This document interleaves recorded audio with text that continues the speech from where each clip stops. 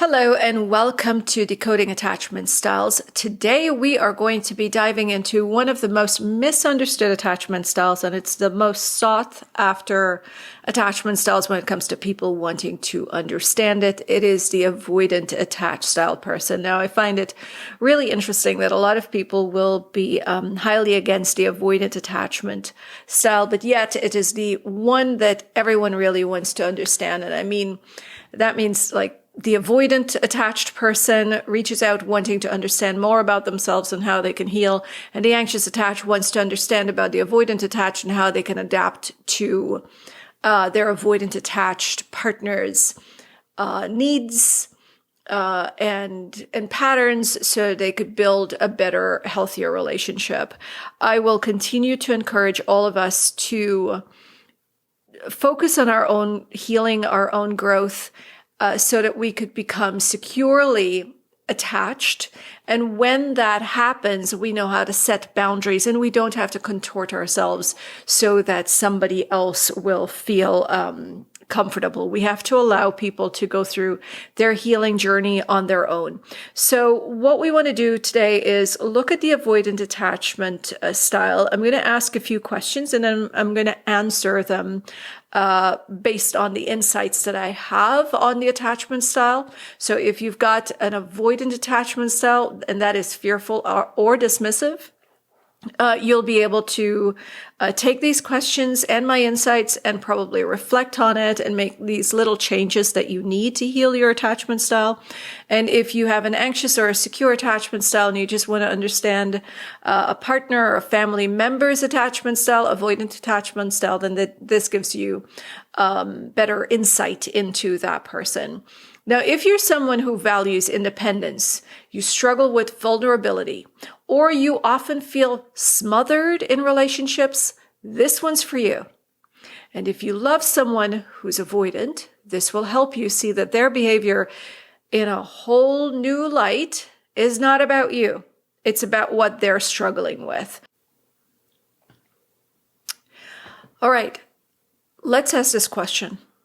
When you feel someone getting too close emotionally, what's your immediate reaction? How do you create distance? You see, what happens is avoidant attached people often use strategies like humor, or they change the topic, or they physically withdraw to deflect intimacy. For example, what they might do is they might suddenly focus on work or forget to reply to deep texts. Why? Because of the fear of engulfment. They don't want to lose their autonomy in the relationship. They want to feel like they are in control of themselves. So they're not going to respond to that text message right away. They're going to try really hard not to meet up too often. And that is because they're feeling like they're getting a little too close to you. Another question you want to ask yourself is, what beliefs do I hold about relying on others? For example, I can only depend on myself. Where might this be coming from? You see, many avoidant attached people have learned early on that needing others can lead to disappointment, which means they might have had an absent parent or a parent who emotionally neglected them because that parent was busy doing something else. And now the child grows up feeling like, you know what, I got to take care of myself. So I can't really rely on other people. What you can do is you can challenge this belief. You can ask yourself, is it true that no one can be trusted? Or are there exceptions? Have I had people in my life that I could have actually depended on? People who were actually there for me? One of the questions you want to ask yourself, how do you react when someone expresses strong emotional needs? Do you feel overwhelmed, irritated, numb?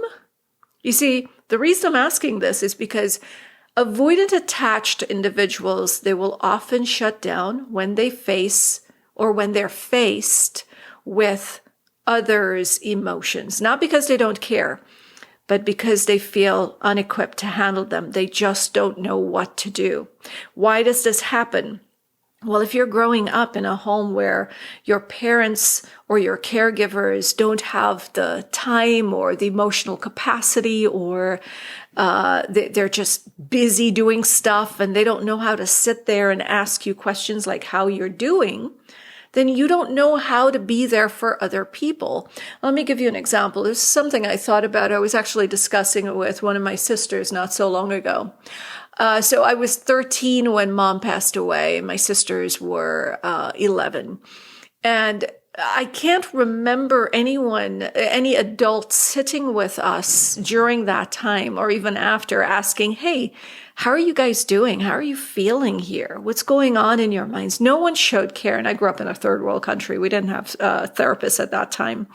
And so, I could have easily grown up to be an avoidant attached person.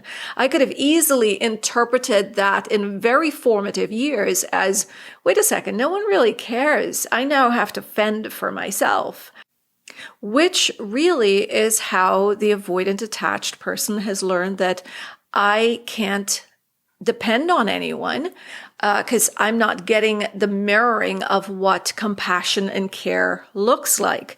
Now you get into a relationship with someone and you don't know how to show up for that person emotionally because you never had an example of it. Now, in my case, I've had an example of it. My mother had shown compassion and care, and my father did too. I'm just talking about a particular experience that can change a person's attachment style or lean them towards a particular attachment style. It was just an example. What I'm trying to share here is that those with an avoidant attachment style, they don't know how to show up for someone's emotional needs because they've never had that mirrored onto them. If we grew up in a home and you get hurt and your caregivers are coming in and they're like, hey, what's going on? Can I help you? Oh, let me get you some soup. Let me take care of you. Let me put a Band-Aid there. Let me kiss your boo-boo. And that you keep that memory with you. You're learning how to show empathy and care and compassion. And so you're better equipped to be there for other people. Now, with the avoidant attached, they more than likely did not have that. You would find that most of these individuals are individuals who had to wake up and get their own breakfast and probably help their siblings to get ready for school. Or they came home and they were alone and they had to get a snack for themselves and get their homework done by themselves. They watched some TV, they showered themselves, they got themselves ready for school. These are little humans who are put with the task of acting as adults, as learning to take care of themselves, as being independent. And so if they're doing that from a very, very early age, they're in a different kind of survival mode. They learn how to provide, how to protect, how to take care of. They're not equipped for the emotional stuff. Doesn't mean that it cannot be learned, but it's just something that they're not familiar with. And if you've got an avoidant attachment style, what you can do is reframe that thinking. You can ask, is their need an attack on you? Is it okay to say, I need some time to process this? If someone asks for emotional closeness, instead of shutting down, try asking for some time to process it and then come back to it. And in that time, ask yourself, what's the worst thing that can happen here? You can also ask, what's a relationship where you didn't feel the need to distance yourself and what was different about it? You see, those with an avoidant attachment style can connect deeply when they feel safe. And it's often with people who don't pressure them and people who respect their boundaries. So, for example, if a friend never forces you to talk, you're probably going to want to open up. But if you feel pressured into doing anything, if you feel like you are stating what your boundary is, I need time to respond. I would like for you to not call me or text me during my work hours. These are my work hours. And you get the response you're looking for, you're getting the respect that you're looking for, you're more than likely going to feel safe in that relationship. Now, a tricky thing here about your healing is going to be to remove the people who don't respect you from your life, because that's going to keep you in that place of fear and confusion. Let's say there is someone who makes you feel pressured, who controls you, who makes you feel guilty, who does not respect your boundaries. And then there is another person in your life who makes you feel safe. What can happen is, because there's one who does not respect your boundary, your brain is constantly going to be reminded that I can't trust people. I can't get close to people. People hurt me. People want something from me. Love means giving up myself. And so the one that you do feel safe with is the one that you're going to push away. That's the one that you want to keep in your life, the one that you feel safe with, but you're going to push them away. So part of our healing has a lot to do with changing our environment, the people in our environment. Sometimes we just need to let people go if we want to see and experience that better version of ourselves. Another question you want to ask yourself is, what's something people misunderstand about your need for space? You see, it is not rejection, it's recharging. You have to think of yourself as a battery, and you can explain that to someone. You could say to them, it's not rejection, this is just me recharging. And you have to think of me like a battery. I need alone time to refill so I can show up better for you. And if you're in a relationship with someone who's got an avoidant attachment style, it would be very helpful if you knew this. If you knew that when they pull away, they're being charged up just like your phone.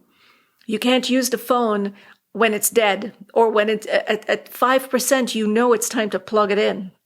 Recharge it. Look at your avoidant attached partner as the same thing.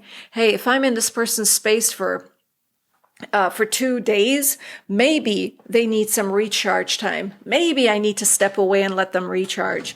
And in that way, you make them feel safe and secure, because now they're not in their head burning up more battery, trying to figure out, how do I ask this person for space without them getting upset?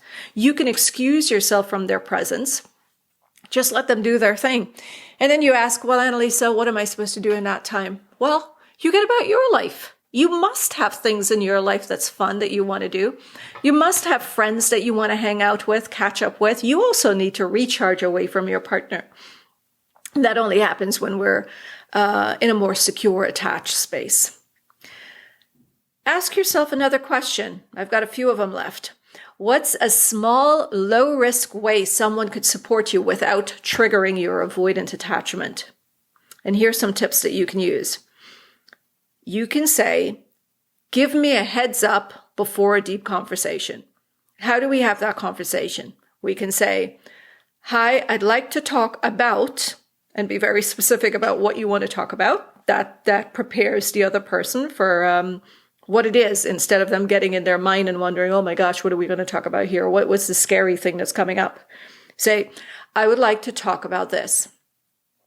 And then you say, what is it you hope to achieve at the end of the conversation?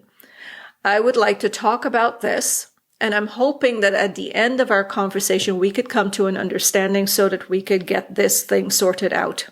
Be very specific about it. Okay, so the person knows that you want to have a conversation about spending a little more time together. And at the end of it, I hope that we can come to a compromise where we both feel comfortable and at ease without any pressure. And now the person knows, oh, this person's got my feelings, taking my feelings into consideration as well. You can also say, don't assume that my silence means that I'm angry. Sometimes I just need quiet. When you become securely attached, this is something that you'll also appreciate.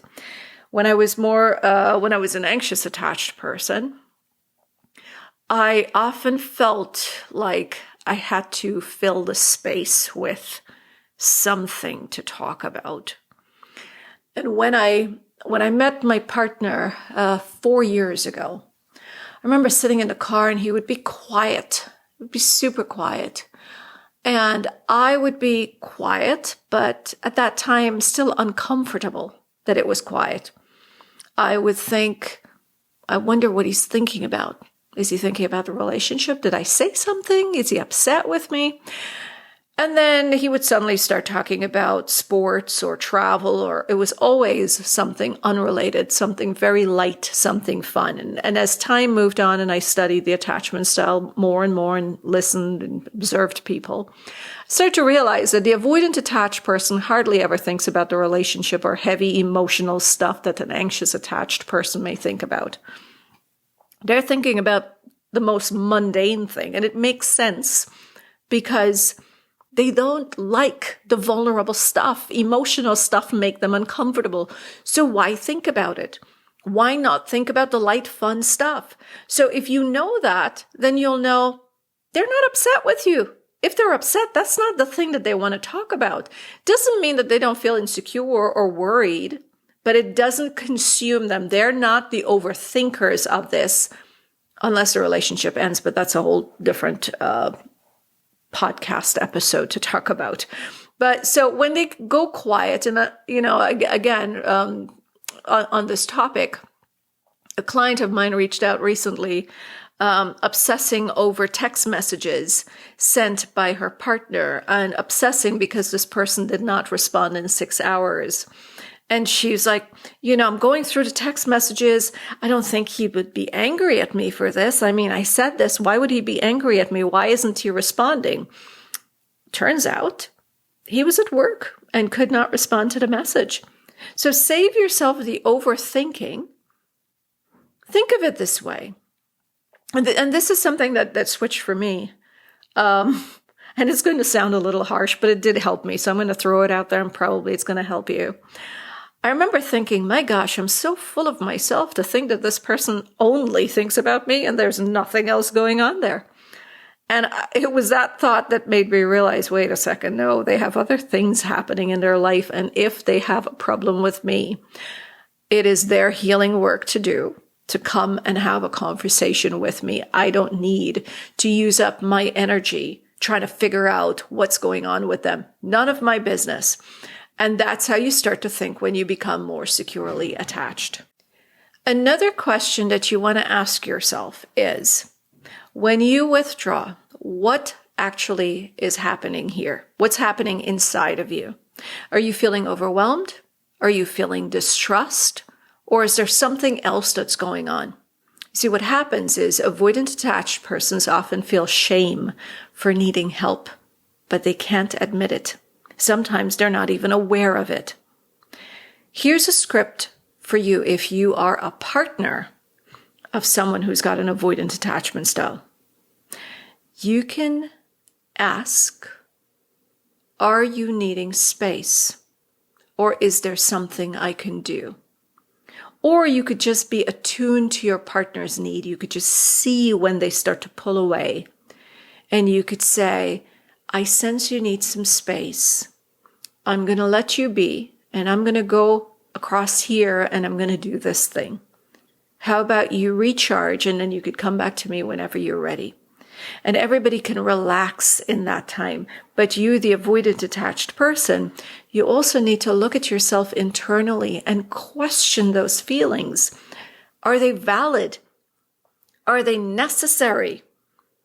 Is it just coming up from childhood wounds? The 8th question, if you've not been following and not taking notes, we're on the 8th question. If you woke up tomorrow feeling safe in closeness, what would change about your relationship? Many times, many avoidants or avoidant attached persons will secretly crave connection, but they fear the cost of it. See, they often feel like if I give in, if I get too close to this person, then they may leave me, or they may start to expect more. And that's a risk sometimes they don't want to take.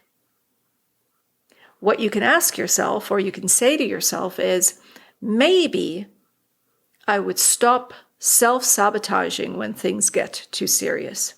Because what happens is you want that closeness, right? I'm talking to my avoidant attached friends here. You want the closeness. You're craving it. You need it. And you get it. You make the attempt to get it. And as you get closer, you start to find every possible excuse, whether it's conscious or unconscious, to push the other person away. And that is self-sabotaging. It is that I want this thing, but I'm afraid. I don't think I'm worthy. I think I'm going to lose it if I get it. So let me just create stuff around it, push it away to see if it's going to stay. And in many cases, the thing that you're trying to push away is another human being who's got feelings, and they can't be pushed for too long. They get tired and exhausted, and they leave. And then you're left with, oh, see, yeah, everything, it happens. Everybody leaves. No, they're not leaving. They don't want to leave. I've been doing this for a long time, and I've never had an anxious attached person who came in and said, yes, I couldn't wait to leave. Yes, I got into this relationship wanting to leave this person. They've always wanted to stay. Always. We all get into relationships wanting them to work. But our fears take over, and we start to self-sabotage. The anxious attached, you also do this, but we'll keep you for another episode. So we have to know that I want this relationship, but I'm afraid of getting too close. And we talk about the importance of communication. It is not easy to communicate, but if we can communicate and say, I like this feeling and I am scared, then the other person would be able to understand that it's not a them thing. And you get to say, hey, don't try to fix it. This is me in my head. Only I can do it. The more you try to fix it, the more suffocated I feel. The best thing you can do for me is to step back and let me handle this on my own. I just want to share. And if you keep pushing me, I'm going to stop sharing. You can set your boundaries. You can say, this is how I feel, and that's that. And the better thing that you can do for yourself is have the conversation really early in the relationship when you're not so afraid of losing the person just yet. Because the longer you take to have this conversation, the more afraid you become of losing the person when you speak up. So speak up early, get everything out there, and then wait to see how things unfold. And that's when you could always say, well, you know what? 3 months in, I told you about this. I told you the first week or the second week. You weren't listening to me.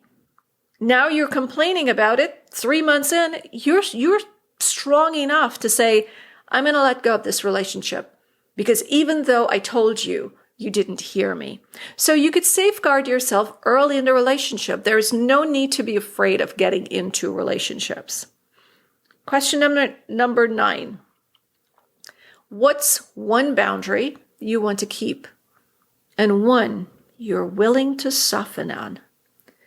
So for example, you can say, all right, I'm going to keep my solo weekend hikes, which means you're just going to do one thing by yourself.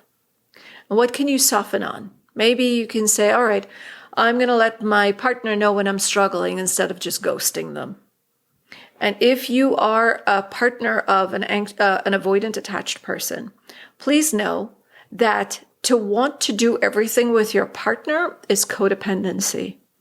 You must be comfortable doing things without your partner. You must be comfortable doing things by yourself, with your friends and family, having a hobby, having a class, whatever it is. There must be times when you're comfortable doing things by yourself and your partner as an individual. It's healthy for them to do things by themselves as well. Not every time they go out with their friends, they've got to bring you along. Sometimes people just want to talk and they want to share and they don't want their partner to hear. No, you don't have to know everything that your partner is thinking about. They have a mind. It's like a diary. It's like a journal. We don't force people to share everything that they're thinking. Okay, so allow individuals to be and be a part of the relationship. This has been a very scary thing for those with an avoidant attachment style. Oh my gosh, if I'm in a relationship, then I'm no longer a person. I have someone who tells me what to do, who expects me to become what they want me to be. It's kind of like control. It's kind of like getting a pet and putting the pet on a chain and walking them around. They can't move without permission. And that's no way for us humans to live. Any human being is going to fight back against it. Now, there are a lot of anxious attached persons in relationships that they would label as abusive, controlling relationships. They're not comfortable in those relationships too. And we're able to empathize when we ask ourselves, pull ourselves away from who we are. I mean, look at us from the outside and say, okay, how would I feel if I was dating someone like this? How would I feel? And really be honest with yourself, because I know a lot of people will say, oh, it would be fun to date an anxious attached style person. Really ask yourself honestly, are you comfortable with someone getting upset with you if you don't respond to them in an hour or two? And if you feel like, oh, well, it only takes a minute to respond to a text message. How many times did you respond to a text message and you thought, oh my gosh, I shouldn't have said that. Oh my gosh, what did I say? I should have taken my time. Oh, why didn't I wait? That means we didn't take the time to process what we wanted to say before we said it, which means it does not take only a second or two to respond to a message. It takes a second or two to respond to respond carelessly at times to a message. But if you want to do it carefully, it takes time for the brain to receive information, to process it, and to respond and react the way as evolved human beings we would want to. Final question. What's a movie, book, or song that captures how you wish you could relate to others and why? The insight here is that avoidant attached persons will often resonate with characters who are independent but lonely. Example, Lost in Translation, Social Network. And this shows the gap between how I act and how I want to feel. How I act and how I want to feel. If you look at the movies that you like, the characters you like in movies, you will see that they are highly independent, they are funny, but they're also loners.